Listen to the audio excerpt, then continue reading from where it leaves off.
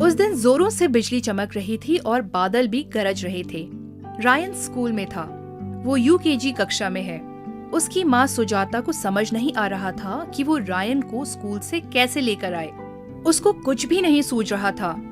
उसने मन में सोचा, बिजली इतनी चमक रही है, बादल बड़े जोर जोर से गरज रहे हैं, बारिश भी इतनी तेज हो रही है, मेरा बेटा डर जाएगा। ये सोचकर वो परेशान हो रही थी। जल्दी जल्दी वो स्कूल पहुंची। बारिश कुछ हद तक रुक चुकी थी, मगर बिजली का चमकना और बादल का गरजना नहीं रुका। स्कूल की घंटी भी बज चुकी थी। बच्चे इधर उधर दौड़ रहे थे। सुजाता भागकर अपने बेटे की कक्षा की ओर लपकी। वहां रायन अपने कक्षा के बाहर खड़ा था। वो आसमान की ओर देखकर जब भी बिजली चमकती जोर से हंस पड़ता।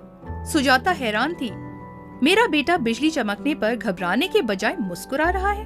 वो उसके पास जाकर उससे पूछती है, रायन, तुम हंस क्यों रहे हो? रायन ने मुस्कुराते हुए जवाब दिया, मम्मी, परमेश्वर जी मेरी तस्वीर खींच रहे हैं।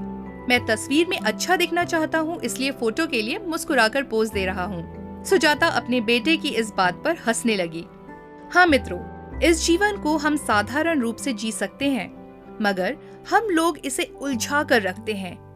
छोटी छोटी बातों को बड़ा बनाकर, जो हमारे बस में नहीं है उनके लिए चिंतित होकर, जो हमें मिल नहीं सकता उसके लिए तड़प कर, दूसरों को दुख देकर, दुख में दुखी होकर जीवन को संकट में डाल देते हैं। बीती हुई बातों को सोचकर, चिंतित होकर, भविष्य के बारे में परेशान होकर, डर कर हम वर्तमान को खो देते हैं।